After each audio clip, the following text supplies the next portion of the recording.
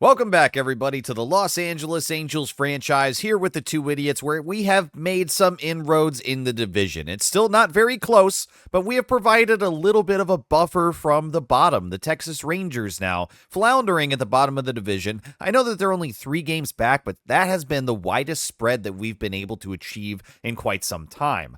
We are similarly only 3 games away from now the Seattle Mariners, who are in 3rd place. The Astros have done better in their last 10, and the Athletics are on a hot streak, now leading the division at 63 and 51. Our next matchups that we have coming up on the calendar look to be promising as far as the starting pitching is concerned. First off, against Kansas City in our 6-game home stretch, it'll be Daniel Espino leading against Brian Sammons, who has had a really challenging year, but it's only been a partial year as well. He's only been able to play for 55 innings, and we are in August. We know that he got called up at some point later into the season, but in his 55 innings, he has not been good at all. He's got a 6.31 ERA and only 31 strikeouts, so a very low strikeout rating, a high ERA. He's been charged with 4 losses. I think that he was an emergency call-up for the Royals, and hopefully our offense can take advantage and start this series off right. Yeah, there we go. Awesome. Sammons only went for, I think, 4 innings again. Well, good for him. He can enjoy that 4-inning curse. We've had that long enough. I'm glad we passed it on to somebody else. Yeah. Man, we had a smattering of hits on the day. We had a lot of guys with offers today. But we had 9 hits in total, 2 walks, 7 strikeouts. We had a double from Brady House and a home run for Brady House. So the RBIs in the day ended up being Brady House with 4, and Dalton Rushing and Travis Bazzani each with a RBI. No stolen bases, no caught stealings, and no errors. No errors. Thankful for that. Big time. Daniel Espino picks up win number 14 as he is really starting to get a good year under his belt. He went for 6 innings today and does have a quality start to go with it, as he only allowed 5 hits, 2 earned runs. He walked 2 and struck out 2, but his ERA is now at a 3.91, so he is firmly in the really good part of that discussion. Victor Gonzalez comes in for an inning and does walk 2 batters, but does not allow any runs in, so he had it under control and gets hold number 9. Ben Joyce has a clean inning with only 1 strikeout. Hans Kraus, though, had a little bit of trouble. He only got 2 outs. He allowed a hit, a walk, and an earned run, but ultimately, our offense did enough to where that was not damaging for us to get the win, and Justin Martinez takes over for Kraus to get the final out of the game and save number 31. In Game 2, it's going to be Yarlin Susana, who has been putting together a great start to his year. He's another one that only has limited play so far, 46 innings, and he was a big question mark on how he was going to compete against Major League competition, but I think we can pretty firmly say right now that he's had a great start. A 3.33 ERA over 46 innings. I'll absolutely take that for the young rookie. Michael Wacha on the opposite end has gotten far more losses than he has wins. 5 wins, 10 losses. Over 119 innings, he's only got 77 strikeouts, and that ERA is a little high at 4.30. So maybe some inconsistency, but with 10 losses and a 4.3 ERA, it's most likely the offense just kind of yo-yoing and being up and down. And for Wacha, maybe he's been on the bad portion of that lately. So hopefully our offense can keep going. Let's go ahead and take the series in Game 2. Come on, boys. Yes. Yes. 9-7 victory. Awesome. 8 hits on the day, 7 walks, 13 strikeouts. Wow. Wow. Man, Dominguez, he had not had a good day at all. He had a walk and 3 strikeouts. Whew. That's a roughie for Dominguez. Man. Double from Tom Gregg. Home runs. Nolan Shawnoel, Tom Gregg, Royce Lewis, and Mason Wynn. RBIs on the day. Nolan Shawnoel, Tom Gregg with 4 RBIs. Royce Lewis with 2. Brady House with 1. And Mason Wynn with 1. And unfortunately, the errors are back with Nolan Shawnoel with yet another error. But stolen base from Tom Gregg. Tom Gregg. Yarlin Susana falls victim to that 4-inning curse one more time, so we officially have not rubbed it off on the Kansas City Royals. He only went for 4 innings. Yeah, he allowed 4 hits, 4 runs, 4 of them earned, 4 walks, and 2 strikeouts. Nearly the jackpot there. The strikeouts ruined it. But he does have a 3.78 ERA, which still I think has been fine, but today was not his day. AJ Puck comes in for 2 innings of relief and does allow an earned run off of 2 hits and 2 walks, picks up a strikeout as well. Quijada comes in for an inning and 2/3 and allows a run as well, 2 hits, 2 walks. This is looking very familiar down the stat line. Ben Joyce comes in for 2 innings, allowing a hit, an earned run, and 2 walks. Why was everybody walking so much and not striking out anybody? That's for me one of the most concerning parts of this. And then Justin Martinez comes in and gets 4 outs to finish the game and pick up the win. Luckily, the offense was there because the pitching could not hold it together. Normally, when you allow 7 earned runs between your pitchers, you're losing that game. But the offense was there, the bats had our back, and we have now taken this series before we move on and try the sweep. And for a chance to finish that sweep, it will be Rhett Lauder as our rotation turns back over to our de facto rookie ace. And Rhett Lauder has had a really good campaign so far. 8 wins. He did pick up 7 losses, but again, the offense has been so up and down. It's been really unfortunate sometimes that we ruin these good outings with a loss for the starting pitchers, but that's baseball, baby. He's gotten 122 innings pitched with only 74 strikeouts, so he's not that guy, but he does get a lot of soft contact and awkward contact because his ERA is only down to 3.45. So he's been doing really good, and he will be going against Cole Reagans, who has picked up 4 wins and 8 losses this year so far through 124 innings pitched and a lot more strikeouts at 117. Now, his ERA is nearly a full point above Rhett Lauder's at a 4.34, so he's touchable. As long as we're not striking out very much, but we know how much of a weakness that seems to be. Let's see if the boys can do it. Oh. No. Kansas City avoids the sweep. On the day, we could muster out 12 hits, 4 walks, and we only struck out 5 times. So at the plate, we had a little bit of discipline going on, but it didn't muster into a win for us. We had a double from Tom Gregg and Lawrence Butler, RBIs, 2 from Tom Gregg, 1 from Mauricio Dubon, 1 from Royce Lewis, and 1 from Lawrence Butler. And stolen bases, Dubon and Wynn. So no errors, thankfully. Didn't Shonwell have the day off? No, he played, but he was the sacrifice offensively because he went 0-for-5. Yeah, he didn't do anything at the plate, and so that made him not have an error in the field. Is that how it works for him? I don't know, one or the other. But less damaging, I think, without the errors. So I'll take the 0-for-5 today instead. Yeah. Rhett Lauder does even up his record at 8-8, though, off of the back of that loss. He had a really tough day, and uncharacteristically tough, too. He went for 3 2/3, 5 hits, 6 earned runs allowed, 3 walks, and 2 strikeouts. So a really, really bad day on the mound, but that is bound to happen. It happens to all of us, not just the best of us. Lucas Sims comes in for an inning and a third, allowing 3 hits and an earned run, which is really not terrible, but his ERA truly is at a 6.51. So Lucas Sims continues to be unreliable on the mound, maybe somebody that we have to look at of trying to figure a different solution out.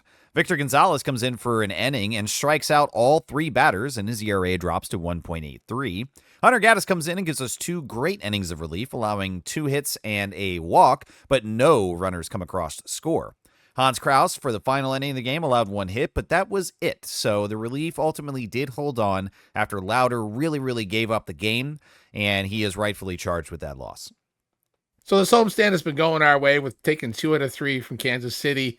Let's see if we can at least do 2 out of 3 against Boston. We got Gavin Stone versus Mikey Burkett. Ouch. Ooh. I don't even want to see the line score. Yeah, that hurts. No. Nothing there to see.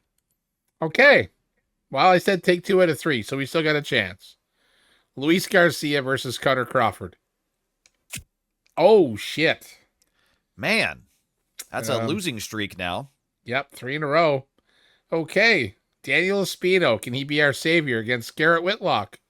Do it. Yes! Yeah! Wow. He avoided the sweep. Whew.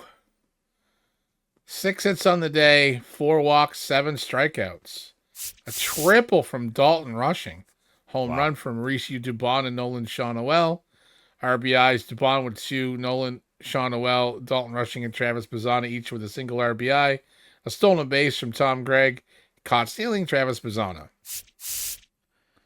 Daniel Espino picks up win number 15 as he continues to march, trying to get 20 wins on the year, I think. And it's going to be very close. I think he would have to win every start for the rest of the year, but he's been putting it together. He picks up another quality start today. Despite allowing 7 hits and 3 walks, only 1 run came across on his watch. He struck out 6 and his ERA drops to 3.80. We then get a clean inning of relief from Jose Quijada despite 2 walks as well, and that's hold number 24 for him. Hunter Gaddis comes in for an inning, allowing a hit, but strikes out 2 with no earned runs. Hans Kraus comes in for an out, gives up a hit and a walk, and is promptly pulled from the game. And Justin Martinez comes in, picks up the final 2 outs despite allowing another hit. So that is 3 base runners in the final inning of the game, but Justin Martinez able to clamp down, no earned runs allowed, and that is save number 32. Great job.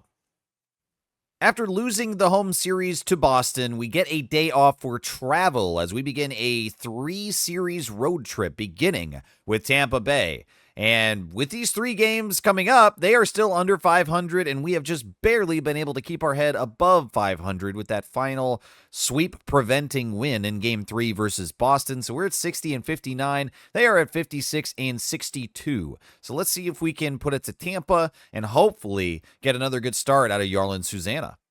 Yeah, I'm really rooting for this kid, man. Yeah, well, like I said, he was kind of just like, let's see what he can do, and he's been doing all right. He had a rough go at the start with like a couple games he pitched. He got no backup at all, so he was kind of struggling to get a win. But yeah, he seems like he's doing pretty good now. So at the plate today, we had but 6 hits, 4 walks, 7 strikeouts, a triple from Travis Bazzana, home run from Royce Lewis and from Chase DeLauder.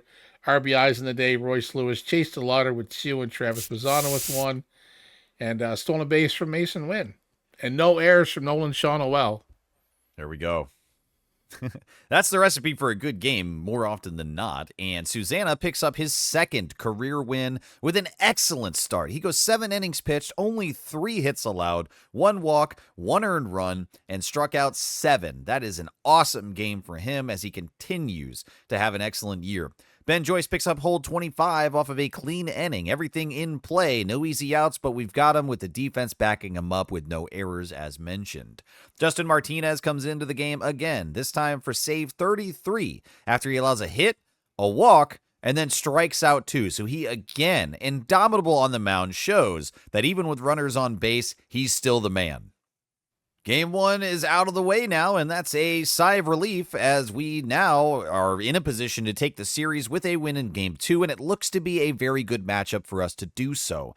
Rhett Lauder comes back in, and hopefully he can bounce back off of his last loss. He will be facing Ryan Weathers, who has had a very challenging year with 114 innings pitched, only 78 strikeouts, and a 5.34 ERA. So the offense has been doing pretty well for us lately, with the exception of that shutout in Boston and the 1 run as well, or against Boston, and the 1 run on Saturday against Boston. Other than that, it's been a pretty good offensive stretch for us, and with 4 runs scored in the first game, hopefully that continues here in Game 2.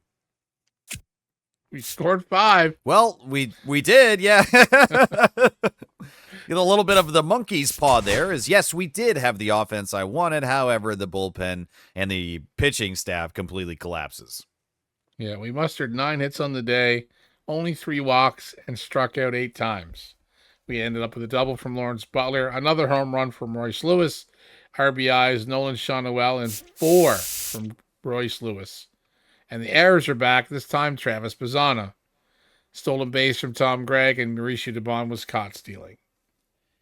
Rhett Lauder actually does put together a quality start. He gets into the 7th inning, in fact. He goes 6 1/3, only allowing 4 hits, 2 walks. He did allow 3 earned runs, but that's still a quality start. So I guess the loss is not actually pinned on him.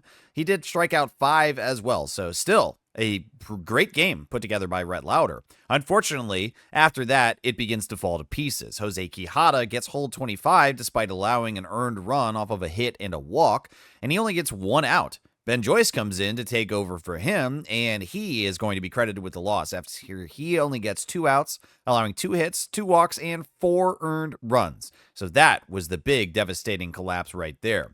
Hunter Gaddis for the final 2 outs for us, allows 2 hits, an earned run, and strikes out 1. So yeah, everything after Louder is pretty much a wash.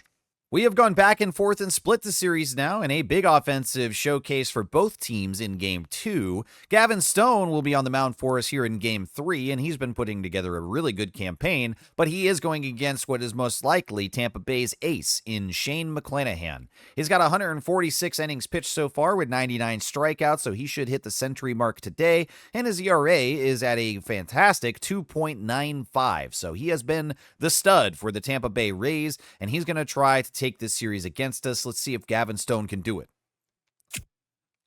No. I think pitching let us down again. Well, like the offense did as well. We ended up with 9 hits on the day, 3 walks, 11 strikeouts. Ugh. That hurts. We had a double from Travis Bazzana, a home run from Nolan Shawnoel, and again from Royce Lewis. So the RBIs on the day were spread around Shawnoel, Lewis, and Mason Wynn, and a stolen base from Lawrence Butler. That's nice. Gavin Stone almost got the quality start, but he didn't quite make it. He went 5 2/3, allowing 4 hits, 2 walks, and 3 earned runs with 2 strikeouts. It's really not a bad day at all. Hans Kraus comes in, however, and through an inning and a third, picks up the loss in his second of the year after allowing 3 hits and an earned run. He did strike out 2 and didn't walk anybody, though. Jose Quijada, for the final inning of play for us, struck out 2 and had nothing else on his line. So it's not really, I don't know, it's not a bad game, but it's a close one and one that I feel like we should probably have been able to win.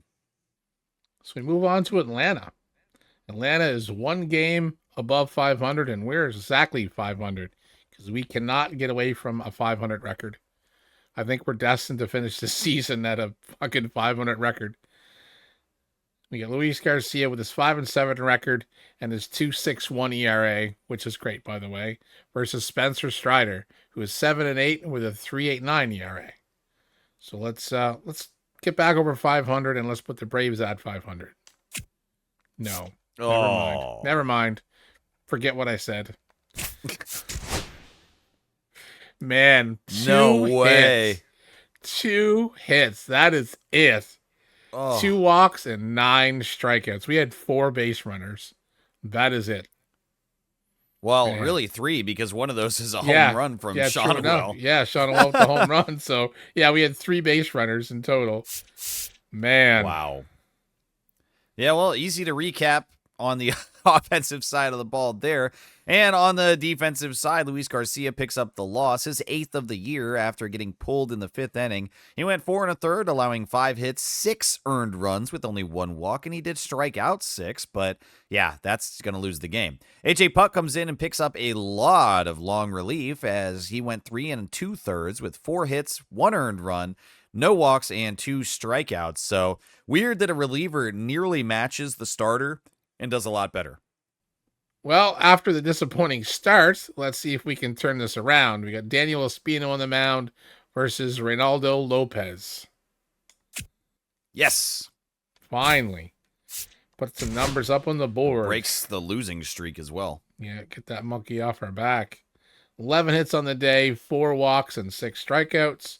Doubles for everybody, it seems. Nolan Shawnoel, Royce Lewis, Brady House with 2, and Chase DeLauder. Home runs in the day were Brady House and Mason Wynn. RBIs, Brady House with 7 RBIs. God damn. And 1 from Mason Wynn. Oh, the errors. Mason Wynn and Jason Dominguez. Stolen base from Nolan Shawnoel. Man. The errors are just so tough, man. Yep, they are. It's one of those things in this game, too, that's like, there's no way to combat that. You cannot do anything about it. Like, it just happens to you. Yep. Daniel Espino on the mound does a really good job for us today, going 5 innings, only allowing 3 hits, but he did walk 6 guys. Now, he only allowed 1 earned run, but 2 runs did come across. One of them has got to be credited to one of those errors, either by Wynn or Dominguez. But 6 walks in a game is definitely going to get you pulled. Espino struck out 5 as well, though, so he did ultimately put together a good game, but definitely concerning on this performance. Victor Gonzalez picks up his first win of the year here in the month of August. as he went only 1 inning and struck out 1, but I mean, good for him. Glad to see him pick up a win. His ERA has been phenomenal. Gonzalez has been great all year. Ben Joyce comes in for an inning of relief and allows a hit and an earned run. And then Jose Quijada comes in and actually picks up his first save of the year. He went for 2 innings and struck out 2. All right, let's put this series to bed with a win. We got Yarlin Susanna looking for win number 3 against Spencer Schwellenbach.